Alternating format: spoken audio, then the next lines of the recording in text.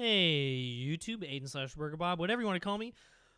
On to our next brand of NAM, N-A-double-M. This is Eastman Tubas.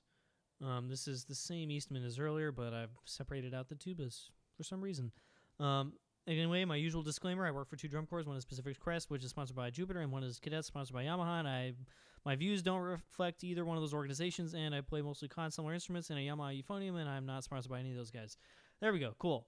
That out of the way, Eastman Tubas. They've been making tuba stuff for kind of a longer time than the other instruments.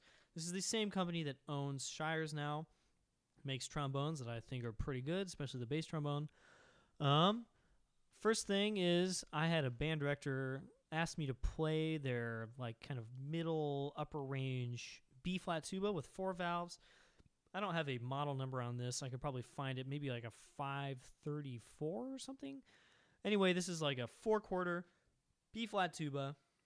I thought it was pretty okay. Nothing really special about it. Not like super easy to play, not super hard to play. I thought it was pretty not flexible. That's something you get in a lot of lower level tubas, is that they're just kind of hard to get around the instrument easily, like doing valve slurs even in the same partial. I thought it was all right. The valves were okay. Really nothing special about it. Next, I played their 4/4 C tuba.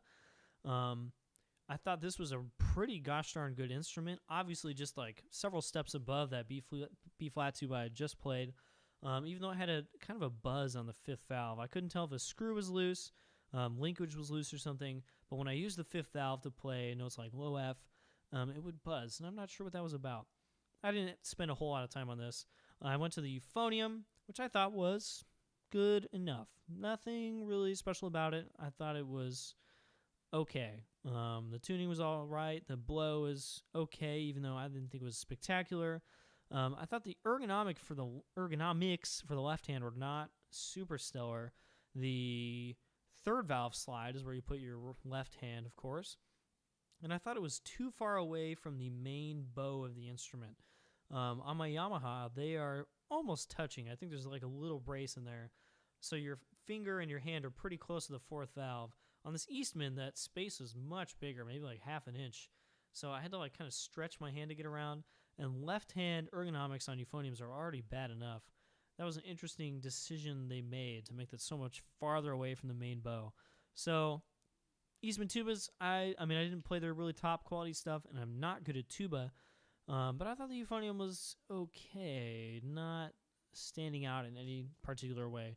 I would be happy with it. I think they're pretty cheap, so if you needed a double instrument, that's probably a good instrument to get. All right, Eastman tubas, nothing spectacular, nothing like the bass trombone that I played earlier.